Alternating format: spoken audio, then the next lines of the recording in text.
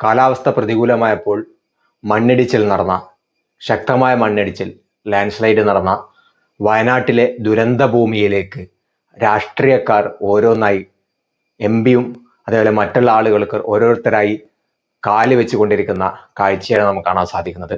അതിനിടയിൽ ചില cinema നടന്മാരൊക്കെ military വേഷത്തിലൊക്കെ വന്നുകൊണ്ട് അവിടെ സാമൂഹ്യ മാധ്യമങ്ങളിൽ ചാനലുകളിൽ ഇങ്ങനെ നിറഞ്ഞാടുന്ന ഒരു കാഴ്ചയാണ് നമുക്ക് കാണാൻ സാധിക്കുന്നത്. എന്തായാലും രാഷ്ട്രീയക്കാരും അത്തരത്തിലുള്ള ആളുകളൊക്കെ വരാൻ സമയമായിട്ടേ ഉള്ളൂ. ദുരന്തം നടന്ന ഉടൻ തന്നെ ഇതുപോലുള്ള രാഷ്ട്രീയക്കാരെയും കേന്ദ്രമന്ത്രിമാരെയും നിങ്ങൾ പ്രതീക്ഷിക്കരുത്. കാരണം അവരവരെ സംബന്ധിച്ചിടത്തോളം അവരുടെ ജീവനാണ് അവർക്ക് ഏറ്റവും വലുത്. ആ സമയത്ത് ദുരന്തത്തിൽ പെടുന്നതും ഇത്തരം രാഷ്ട്രീയക്കാരോ അല്ലെ രാഷ്ട്രീയക്കാരുടെ മക്കളോ ആയിരിക്കില്ല.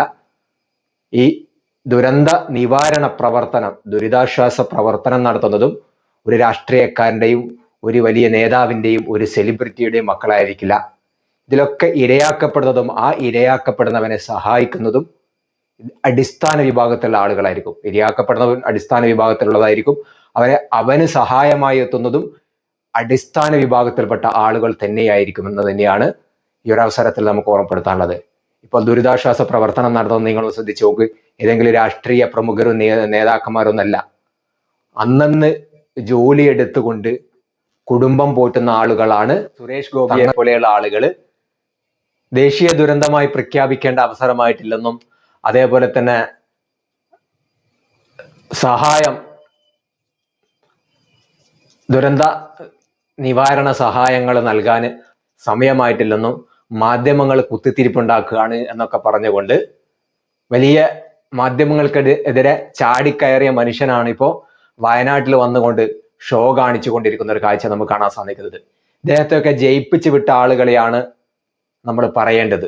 ഒരു നിലവാരവുമില്ലാത്ത രീതിയിലാണ് പലപ്പോഴും മാധ്യമങ്ങളോട് പെരുമാറിക്കൊണ്ടിരിക്കുന്നത്. മറ്റ് ആളുകളും അതേ രീതിയിൽ തന്നെ എല്ലാം കെട്ടടങ്ങിയതിന് ശേഷം അവിടെ വന്നിട്ട് കുറച്ച് ഷോ വർക്ക് കാണിക്കുന്ന ഒരു കാഴ്ചയാണ് നമുക്ക് കാണാൻ സാധിക്കുന്നത്. അതേ സ്ഥാനത്ത് സാധാരണക്കാരായ ആളുകൾ ദുരന്തമുണ്ടായ മണിക്കൂറുകൾ കൊണ്ട് അവിടെ സേവന പ്രവർത്തനം നടത്തിയിരിക്കുകയാണ്. അതേപോലെ മിലിറ്ററിയുടെ ഉദ്യോഗസ്ഥന്മാർ, അങ്ങനെ കണ്ട എല്ലാ ആളുകളും അങ്ങേയറ്റം സേവന പ്രവർത്തനം, ഒരു നേരത്തെ ഭക്ഷണം പോലും ഒഴിവാക്കിക്കൊണ്ട് പരമാവധി സേവന പ്രവർത്തനങ്ങൾ നടത്തുമ്പോൾ അതിനിടയിലേക്കാണ് ഇത്തരത്തിലെ ആളുകൾ വലിഞ്ഞു കയറുന്നത്. ചില യൂണിഫോം ഇട്ട ആളുകളൊക്കെ വന്നത് നമ്മൾ കണ്ടു.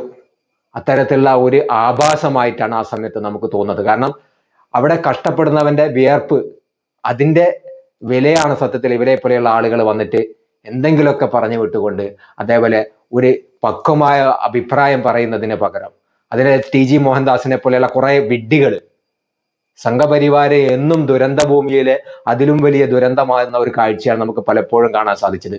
അത് വയനാട്ടിലാവട്ടെ അല്ലെ കഴിഞ്ഞ കേരളത്തിലെ പ്രളയകാലത്താവട്ടെ, ആ സമയത്തൊക്കെ അതിലും വലിയ ദുരന്തങ്ങളാണ് തങ്ങൾ എന്ന് തെളിയിക്കുന്ന ഒരു കാഴ്ചകളാണ് നമ്മൾ പലപ്പോഴും കണ്ടത്.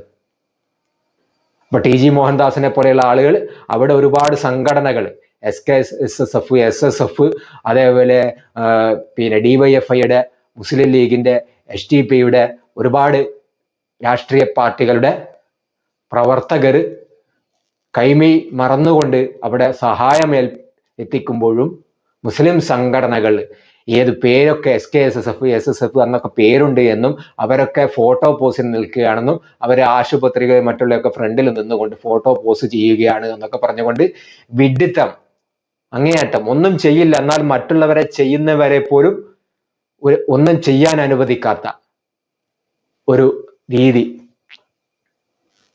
നായായിട്ട് പുല്ല് തിന്നുകയില്ല എന്നാൽ പശുവിനെയിട്ട് തീറ്റിക്കുകയില്ല എന്ന് പറഞ്ഞതുപോലെയുള്ള ഒരു സ്വഭാവമാണ് സംഘപരിവാരത്തിന് എവിടെയും നമുക്ക് കാണാൻ സാധിക്കുന്നത്.